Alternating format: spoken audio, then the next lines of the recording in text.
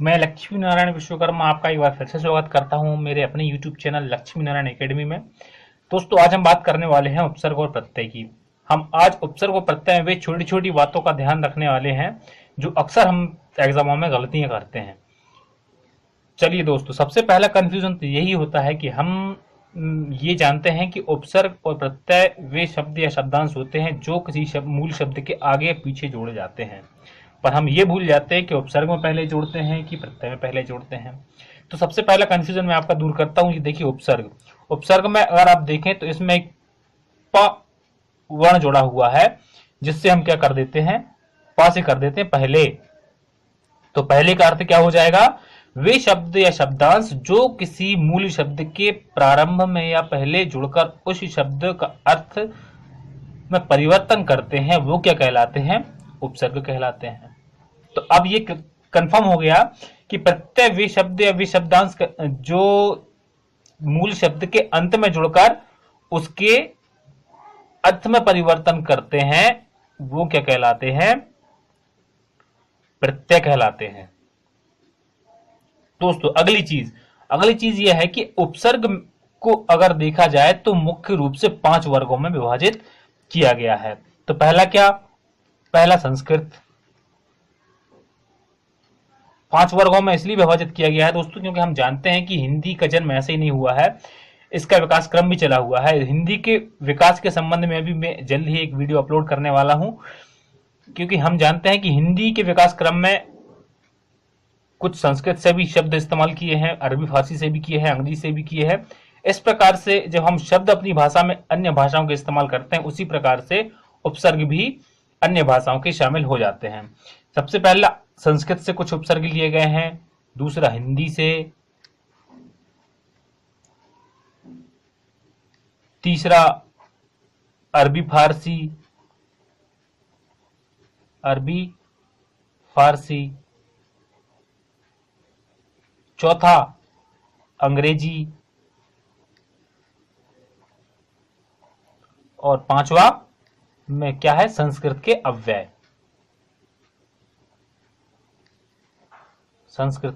अव्यय। अब दोस्तों देखिए, अगली खास बात जो है याद रखने वाली वो क्या है, अगली खास बात याद रखने वाली ये है कि हम संख्याएं पूछ ली जाती हैं कई बार कि संस्कृत के उपसर्गों की संख्याएं कितनी है। तो ये होती है कितनी, 22। अब ये याद कैसे रखें, तो हम जानते हैं दोस्तों कि संविधान में जो मान्यता प्राप्त भाषाएं हैं हिंदी में, वो कितनी है, 22 हैं। और हमारी आदि जननी क्या है, संस्कृत। तो संस्कृत में कितने उपसर्ग हैं, 22 हैं। और हिंदी में कितने हैं, 13। अब इसको कैसे याद रखा जाए, तो आरती जब हम करते हैं भगवान की, तो उसमें हम बोलते हैं 13 तुझको अर्पण। तो ये जो 13 है वो किसका अर्पण, हिंदुस्तान को अर्पण, क्योंकि हम हिंदुस्तान के निवासी हैं। तो हिंदी में कितने हैं, 13 हैं। उसी प्रकार से अरबी फारसी में कितने हैं, 19। और अंग्रेजी और संस्कृत के अव्ययों की संख्या वैसे तो निर्धारित नहीं है, और ना ही इनके बारे में कभी क्वेश्चन पूछा जाता है, क्योंकि ये ऐसे हैं कि समय के अनुसार इनमें परिवर्तन हो जाते हैं। तो देखिए दोस्तों, अब हम इनके एक एक दो एग्जाम्पल देख लेते हैं। संस्कृत के अगर हम देखें तो जैसे कि संस्कृत का एक उपसर्ग हमने अति ले लिया, तो इससे क्या हो जाएगा, अत्यधिक।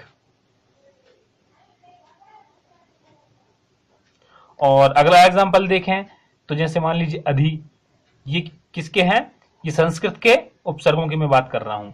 जैसे कि अति लिया तो क्या हो जाएगा, अधिकार। अधि से क्या हो गया, अधिकार। अति से हो गया अत्यधिक। उसी प्रकार से देखें हिंदी से, तो हिंदी से क्या हो जाएगा, हिंदी में अगर हमने अ ले लिया तो क्या हो जाएगा, अभाव।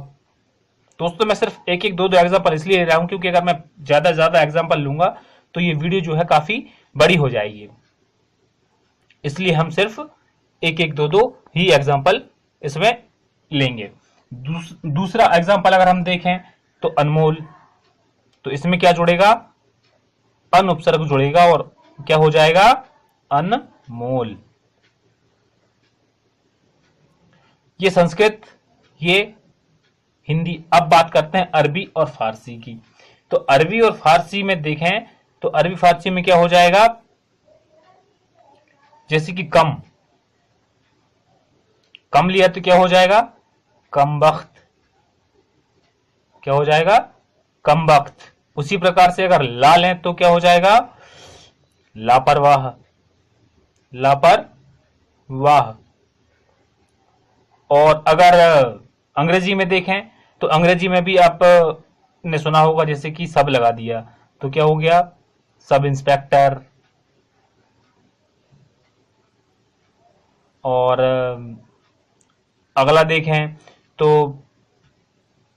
हेड, हेड जोड़ दिया तो क्या हो गया? Head constable. इस प्रकार से अंग्रेजी। और इसी प्रकार से कुछ संस्कृत के अव्यय हैं, अव्यय भी होते हैं जिनमें कोई परिवर्तन नहीं होता, जैसे कि अधः। अधः अगर कर दें तो उसमें क्या हो जाएगा? अधोपतन, सज्जन। संस्कृत के अव्यय तो मुख्य रूप से आप ऐसा समझ सकते हैं कि जो संधियों में विसर्ग संधि होती है वो उसमें जो प्रयोग किए जाते हैं वो क्या अव्यय प्रयोग किए जाते हैं, और उसका जो विग्रह होता है तो उसमें से एक क्या होता है? एक उपसर्ग होता है। अब बात करते हैं दोस्तों प्रत्यय की। तो प्रत्यय हम जानते हैं कि वे शब्द के अंत में जुड़ करके उसके अर्थ में परिवर्तन करते हैं, और ये मुख्य रूप से कितने प्रकार के होते हैं?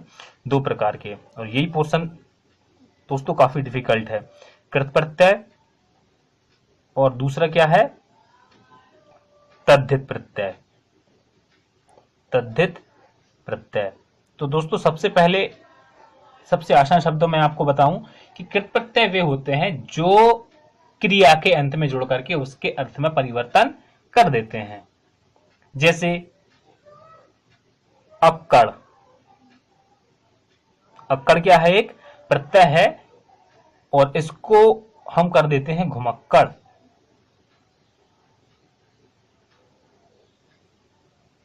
घुमक्कड़। देखिए घूमना क्या होती है? क्रिया होती है, उसमें अक्कड़ हमने प्रत्यय जोड़ दिया तो वो क्या हो गया? घुमक्कड़। उसी प्रकार से अगर दूसरा देखें अंतु। अंतु से क्या हो जाएगा? घुमंतु। सिर्फ और सिर्फ क्रिया में अगर कोई प्रत्यय जुड़ा हुआ है तो वो हो जाएगा कृत प्रत्यय। यदि संज्ञा, सर्वनाम, विशेषण आदि में कोई शब्द अंत में जुड़ा हुआ है तो वो क्या कहलाएगा? तद्धित प्रत्यय। जैसे जैसे मान लीजिए आंख। आंख क्या है? एक प्रत्यय है और इससे क्या बन जाएगा? जैसे कि मान लीजिए चटाक बन गया, चटाक। तो ये क्या है? ये क्रिया नहीं है, तो ये क्या हो जाएगा? ये तद्धित प्रत्यय हो जाएगा। दोस्तों क्वेश्चन ऐसा भी आ सकता है कि मान लीजिए कि क्वेश्चन दे दिया कि निम्न में से तद्धित प्रत्यय कौन सा है, तो हमें पहचानना रहेगा कि उसमें से तद्धित प्रत्यय कौन सा है। या ऐसा पूछ लिया जाए कि निम्न में से कृत प्रत्यय कौन सा है। या क्वेश्चन ऐसा एक बार एसआई में आया भी था कि क्रिया में के अंत में जुड़ने वाले प्रत्यय कहलाते हैं। इस प्रकार से कृत प्रत्यय, तद्धित प्रत्यय से भी क्वेश्चन पहले पूछे जा चुके हैं। देखिए दूसरे एग्जांपल की हम बात करते हैं। मान लीजिए आलू है, तो इसमें क्या हो जाएगा? झगड़ालू।